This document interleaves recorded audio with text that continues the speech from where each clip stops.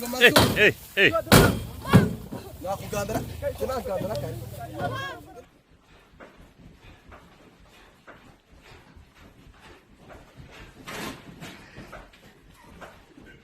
Umujyi wa Kigali ugizwe n'uturere tungahe? Dutanu.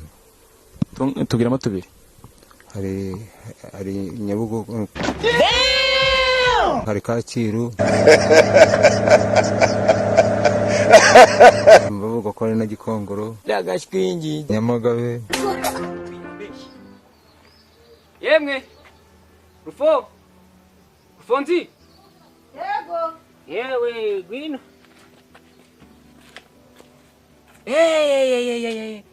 Warahindutse wabaye igitukutuku. Ese kuki uzandungire? Cecekaho ndanurusoni kuza ndunambwire. Wose uri mudugudu kuburyo nari kuza ngakubwira ko ngo nzanira impapuro nzinyeho nageze mu mudugudu gwawe. Amasaha atangiye kugera, saa tatu zitangiye kumfata, n'akazi ni kari kanyoroheye. Mbabarira fande, dore mvuye mu kazi n'amaguru, imodoka nazo zari zatashe, n'abamotari nabo, korona ni danje.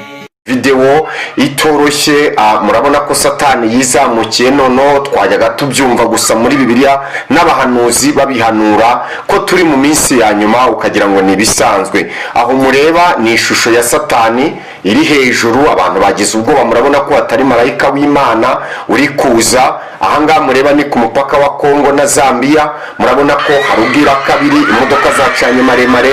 Uru rusaku rw'abantu muri kumva n'abantu bari kureba iyi shusho.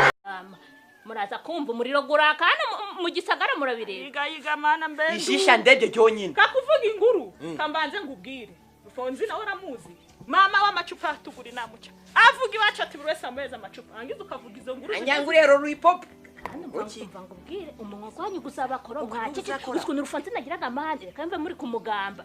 Arabawonda ngo. Acho yanwara, kuyambo nyanwara. Ndagomba njinzi yino. Ndagomba mbonda iki ndagwa.